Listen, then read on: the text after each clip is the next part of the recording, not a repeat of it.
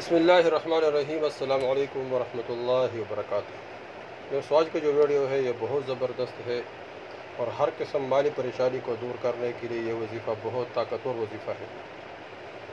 بس فجر کی نماز کے بعد یہ وظیفہ کرنا ہے اور اس طرح مغرب کی نماز کے بعد یہ وظیفہ کرنا ہے۔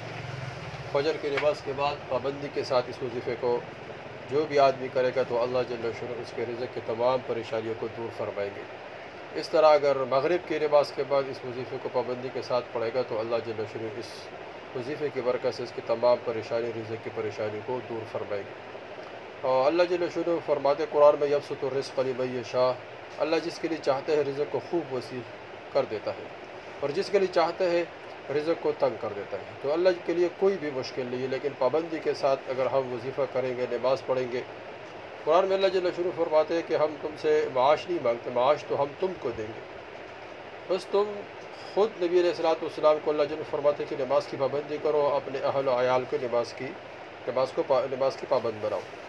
تو اس طرح ہم خود بھی نماز پڑھیں اور اس طرح اپنے گھر والوں کو بھی نماز کے پابند بنائیں گے تو انشاءاللہ اس گھر میں بہت برکات ہوں گے، خاص کر رزق کی جتنے تنگی ہے اللہ جل شانہ تمام رزق کی تنگی کو دور فرمائیں گے۔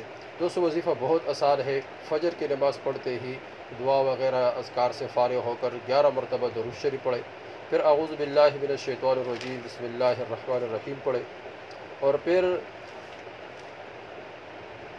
11 مرتبہ سورہ قریش پڑھے۔